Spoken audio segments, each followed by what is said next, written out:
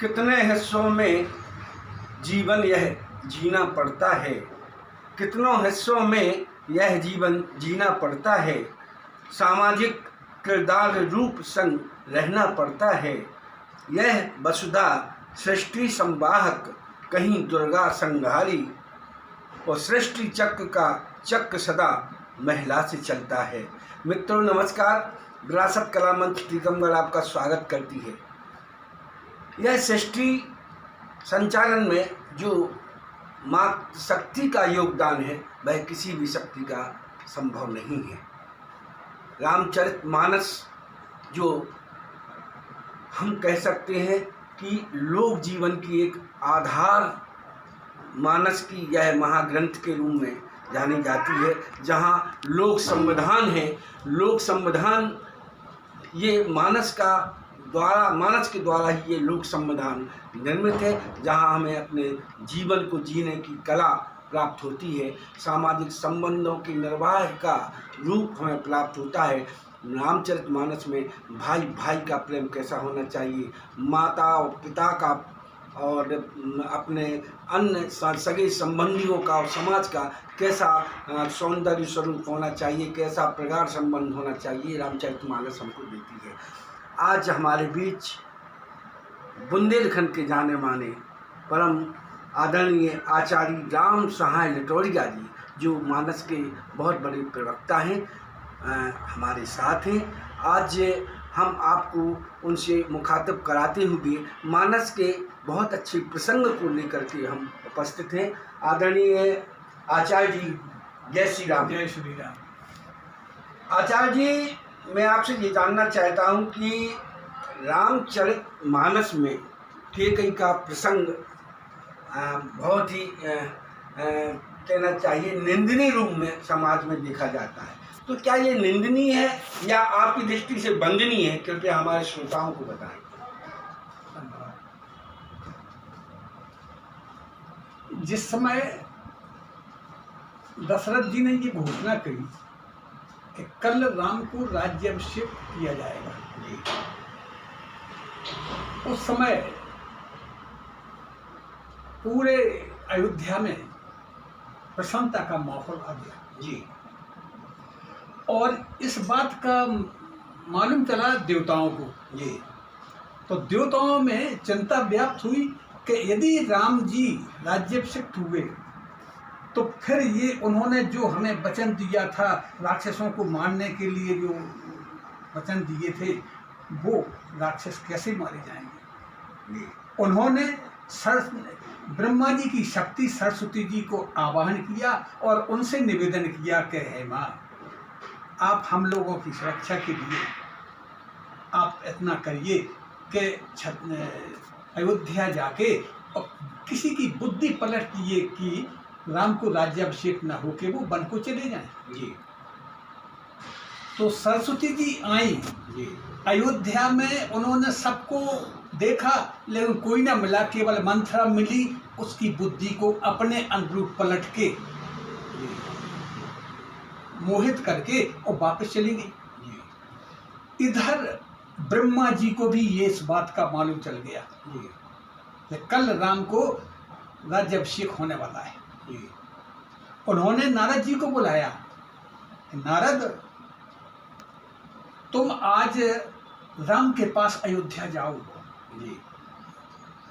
और मेरा संदेश उनको बताओ जी। नारद जी आकाश मार्ग से आते।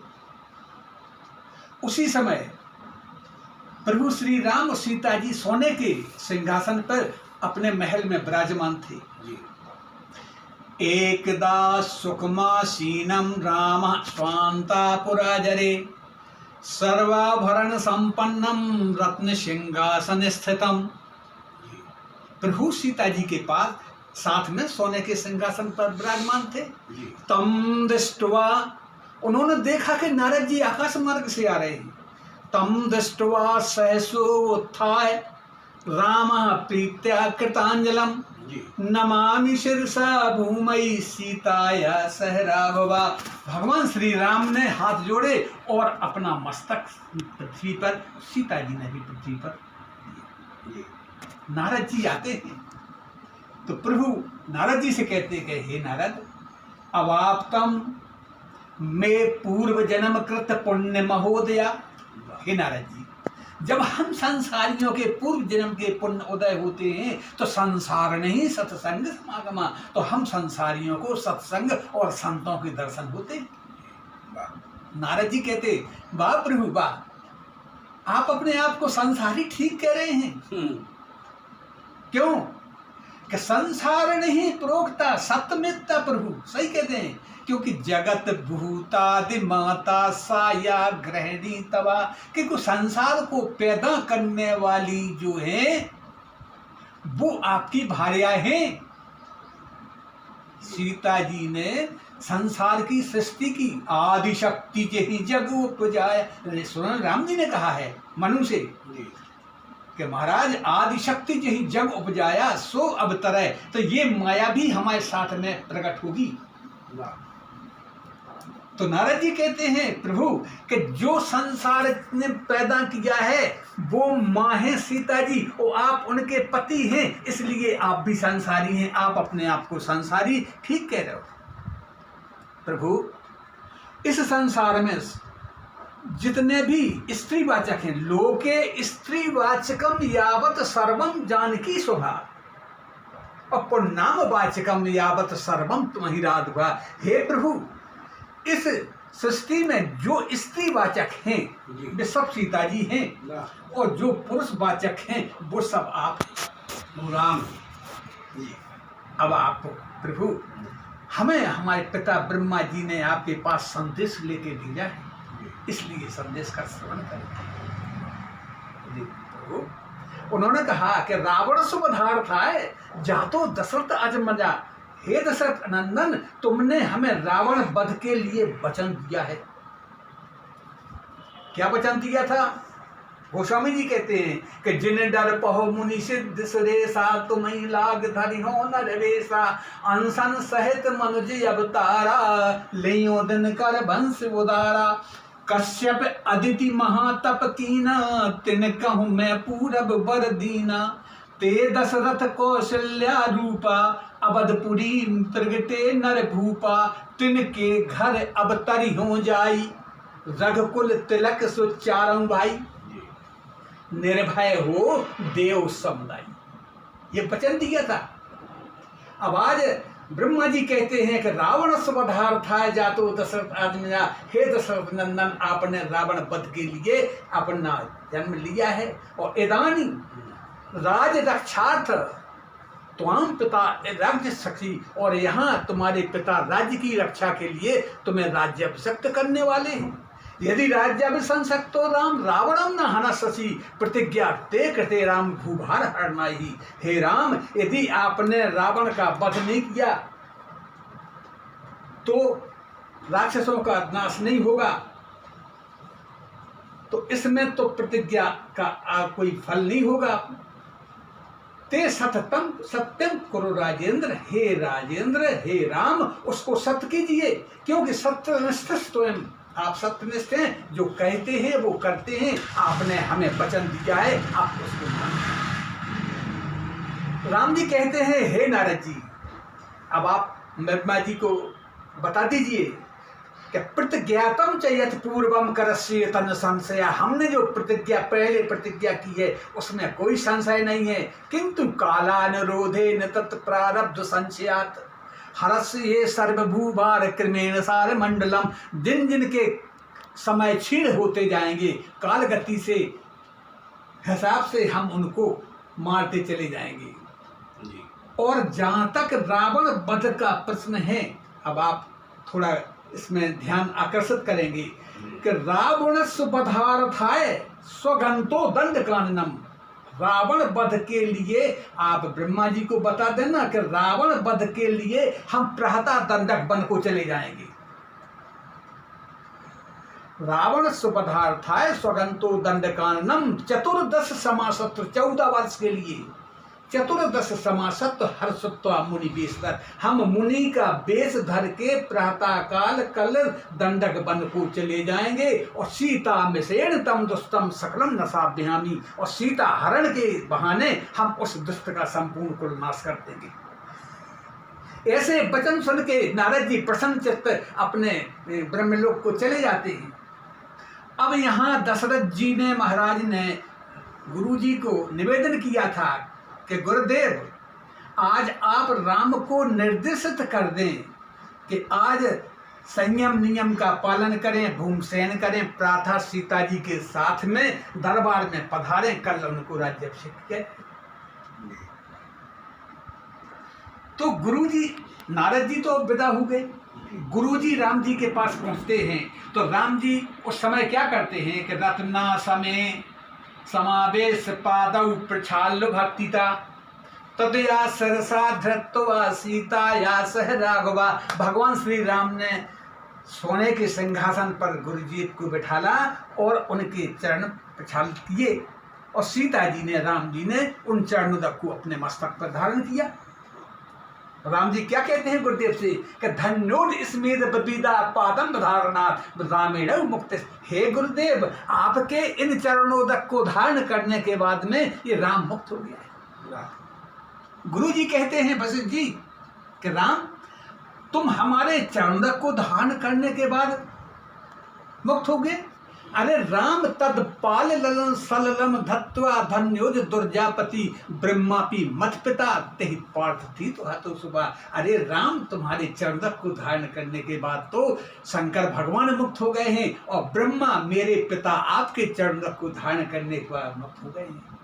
इदानी भाष से ऐसा जो तुम कहते हो लोकान उपदेश कर, इस संसारियों को बताने के लिए कि हम गुरु हैं और तुम शिष्य हो, तो गुरु और शिष्य के बीच में क्या व्यवहार होना चाहिए, इसके लिए तुम कह रहे हो। हम जानते हैं, जाना भी राम, हम जानते हैं राम तो हम परमात्मा। अरे तुम तो परमात्मा हो और लक्ष्मी संजात मिश्रम, और जे सीता जी हैं जो लक्ष्मी हैं, जो आपके तरफ देवकारी सिद्धर्थम भक्ता नाम भक्ति सिद्धि है और रावण से बधार था जातम जाना भी राघव। हे राघव, हम जानते हैं कि तुम देवताओं की सिद्धि कार्य के लिए, भक्तों की भक्ति सिद्ध करने के लिए और रावण से वध करने के लिए तुम जा रहे हो। एक शाकु वंश में एक शाकु राम कुले रामा जनस्ते इति ज्ञातम च पूर्वम ब्रह्मणा कथते पुरा। हमारे पिता ब्रह्मा जी ने हमको पूर्व में बताया था कि इक्ष्वाकु वंश में परमात्मा राम रूप से अवतरित होंगे, ततो हम संबंध कर्मक्षम, इसलिए आपसे संबंध जोड़ने की इच्छा से हमने एक पुरोहिती का काम आपके कुल में इसीलिए अपनाया था। अब राम सुनो, महाराज ने निर्देश दिया है कि कल प्रातः सीता जी के साथ दरबार में पधारें और वहां राज्याभिषेक होना है, संयम नियम का पालन करें। और गुरु जी तो चले गए इतना संदेश करके। अब राम जी रात में विचार करते हैं कि ये रघुकुल की रीति कैसी अटपटी है कि जो जेठा होता है, ज्येष्ठ है, उसी को ही राजा बनाया जाता है। तो जेठा तो अपने आप में जेठा है ही, बड़ा है ही, बड़े को और बड़ा बनाते हैं और छोटे को और छोटा करते हैं। ये कैसी रीति है? कैसी रीति है जी? बड़ा तो अपने पद से बड़ा है ही, उम्र में बड़ा, पद से बड़ा, लेकिन छोटा और छोटा कर देते हैं, उसको छोटा कर देते हैं जी। हमारे तरीके से तो भरत को राजा बनना चाहिए। अरे हम तो राजा नहीं बनेंगे, तो यदि हमारा छोटा भाई राजा बनेगा तो हम ये कहलाएंगे कि ये अयोध्या के राजा के बड़े भाई हैं, तो हम तो सम्मानित हो और बड़े हो गए, और हमारा छोटा भाई भी कि भरत राजा है, भरत अयोध्या का, इस वो भी बड़ा हो जाएगा, इस राज में दोनों बड़े हो जाएंगे। इसलिए राजा तो भरत जी को बनना चाहिए, हमें नहीं बनना चाहिए। और इस उधेड़ बुने में वे रात को सोचते हैं और रोज सोचते सोचते उन्होंने कैकेयी को ही इसको पात्र चुना और उनको ही मोहित होके और आकर्षित करके उनसे ही उन्होंने ये वरदान मंगवाए कि जिसमें हम, क्योंकि राम जी ने ब्रह्मा जी को वरदान पहले दे दिए कि प्रातः काल के हम सीता जी के साथ वन को चले जाएंगे 14 वर्ष के लिए। तो इन्होंने अपने आकर्षित कर लिया, इनको मोहित कर दिया अपनी वाणी से, और उनसे वही वरदान मंगाए जो राम जी ने वरदान ब्रह्मा जी को दे दिए कि नारद जी आप ब्रह्मा जी को बताया।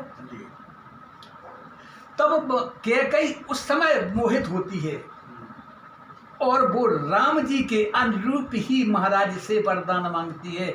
और राम जी ने कहा माँ हमें आवश्यकता है, हमने किसी को वचन दे दिया है, हमें वो वचन पूरे के लिए आपकी मदद की जरूरत है। तो बोले माँ, बोले बेटा बोलो क्या मदद करने, और तुमने वचन दे दिया है हम पूरा ना कराएं। अरे हम किसी भी शर्त में, क्योंकि रघुकुल की रीत है कि रघुकुल रीत सदा चल आई, प्राण जाए पर वचन न जाए। हम तुम्हारे प्राणों की रक्षा कैसे नहीं करेंगे, बोलो राम। बोले माँ हमारे वचनों को पालन करने के लिए आपकी लोक निंदा हो सकती है। बोले राम हमें कोई लोक निंदा की डर नहीं, कोई डर नहीं है जी। हमें तो केवल आपने वचन दिए हैं, आपके वचनों को पूरा कराना है। दूसरा वचन बोले माँ आप विधवापन भी भोग सकती हैं। हाँ जी, क्योंकि राम जी जानते थे कि जब महाराज मनु ने, जो दशरथ जी पहले मनु थे, उन्होंने जब वरदान दिया था कि चाहूं तुम्हें समान सुत प्रभु सन कवन दुराव, हे प्रभु हमें तो आप जैसा पुत्र चाहिए। उन्होंने कहा एवं मत दिया।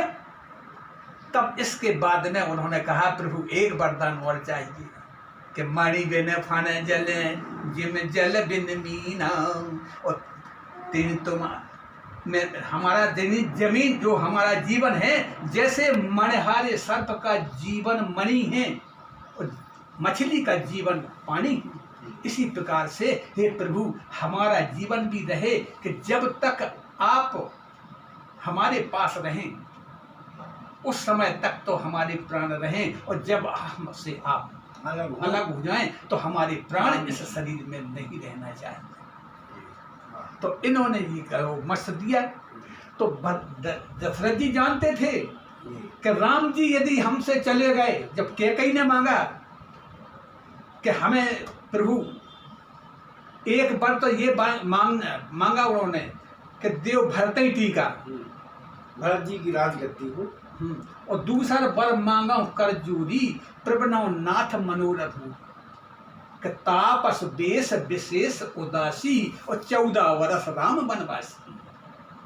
और जब ये वरदान देखो कैकेयी क्या वरदान मांग रही कि 14 वर्ष, राम जी ने वचन दिए कि हम 14 वर्ष के लिए मुनि का बेस, राम जी कहते कि मुनि का बेस तरह के प्रातः काल चले जाएंगे, और कैकेयी भी कहती है कि प्रात होत मुनि बेस धर जो न राम बन जाए तो मोर मरण रावण अजस।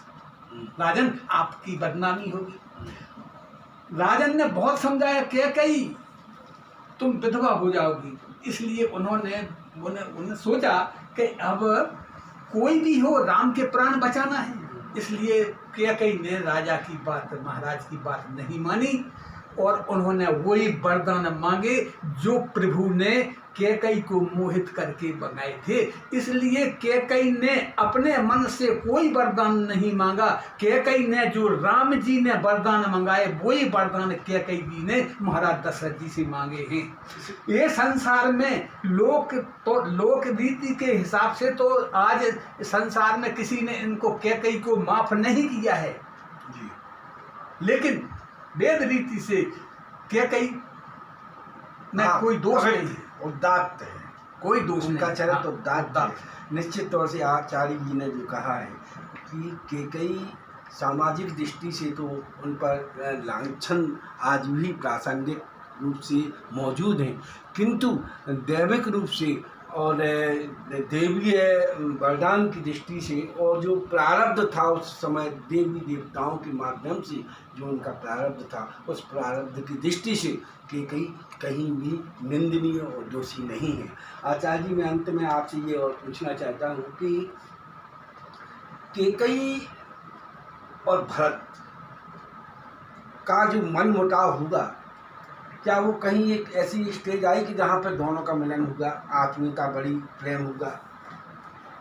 उसका मिलन तो बाद में भी मिलन नहीं, वैसा तो मिलन नहीं हुआ है, लेकिन राम जी की ही मर्जी से भरत जी को ऐसा किया गया था कि कैकेयी के जो पुत्र ममत्व की बेल बड़ी और राम जी से बेल कट गई थी, उस बेल को के पुत्र ममत्व की बेल जो है भरत से कट जाएगी तो कैकेयी जी हमारे में ममत्व में आ जाएंगी। इसलिए राम जी ने ही भरत जी से ऐसे काम करवाए कि उनका ऐसा मन तोड़ दिया कि जैसे बर मांगत नहीं भरी पीड़ा, आपको पीड़ा नहीं हुई, आपका जी जल ही गया है। ऐसे कटु वचन सुनने के बाद में कैकेयी को इतनी घृणा सी हो गई कि जिस पुत्र के लिए हमने इतना सब किया कि हमने पति को मौत के मुंह में ढकेल दिया और हमने राम जैसे पुत्र को हमने 14 वर्ष के लिए वन में भेज दिया है, और वही पुत्र आज हमको ऐसी गालियां दे रहा है। हमने बड़ा भूल किया और प्रायश्चित हुआ। उस समय से कैकेयी जी समझ गई थी कि क्या किससे नाता जोड़ना चाहिए और किससे नहीं जोड़ना चाहिए। कैकेयी जी के समझ में ये आ गई थी तो कैकेयी की बेल फिर से पुनः राम की गई। और राम जी ने भी चित्रकूट में जब कैकेयी इतनी हुई कि धरती फट जाए, हम इसमें समा जाएं, तो धरती कहती कि हम जगह नहीं देंगे। और यम कहते हैं कि नरक भी कहता है कि हम राम विरोधी को अपने में नहीं मिलाएंगे। इसलिए इसी बीच में राम जी आके खड़े हो जाते हैं, बोले माँ देखो आपके पास में मैं आ गया हूँ राम। अरे आप सोचती थी कि अगले जन्म में पुत्र राम और पुत्र वधु सीता बने, पुत्र आपका अलग जन्म तो होना नहीं है, इसी जन्म में हम आपके पुत्र हैं माँ, हमें पुत्र मानिए। और जान गई, कैकेयी जान गई कि सही निर्णय लेना चाहिए कि किससे संबंध जोड़ना चाहिए और किससे नहीं जोड़ना चाहिए। इसलिए पूरा कैकेयी का चरित्र राम से जोड़ने के लिए भरत ही एक कड़ी। उन्होंने समुद्र मंथन में जैसे वेद प्रकट हुए थे, इसीलिए भरत को मंथन करके और भरत जी को भी उन्होंने वेद के रूप में कैकेयी के लिए दवा के रूप में उपयोग किया है। बहुत बहुत बढ़िया आपने देखा, रहस्यमय तरीके से आपने अन्वेषण करके रामचरितमानस के कैकेयी संवाद का जो आपने उदाहरण दिया है वो निश्चित तौर से समाज के लिए चिंतन करने का एक योग है, विषय है। और मित्रों, विरासत कला मंच आप देखते हैं प्रस्तुतियाँ देती है, समाज के धर्म की रचनात्मक साहित्य संगीत के क्षेत्र में विभिन्न आयामों द्वारा देती रहती है। हमारा ये प्रोग्राम आपको कैसा लगा कृपया कमेंट देकर हमें अनुग्रहित करें। धन्यवाद।